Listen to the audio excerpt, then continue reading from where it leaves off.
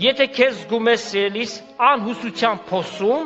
եւ անընդհատ սատանան ականջիդ բերում է այս խոսքը. հույս չկա, նրան ասա, ետիս անցիր սատանա, ինձ հույս կա եւ իմ Աստվածս հույսի Աստված է եւ իմ հույսս ամոթով ինձ չի թողնելու, քանզի ձեզ համար ծրագիր ունեմ, ասում է Տերը, ծրագիր բարության եւ ոչ թե չարիքի, ձեզ ապագա եւ հույս տալու։ Հիսուս Քրիստոսն է մեր հույսը, թե այս կյանքից դուրս գալու եւ նաեւ կյանքի բոլոր իրավիճակների համար, այնպես որ մենք չտագնապենք, մենք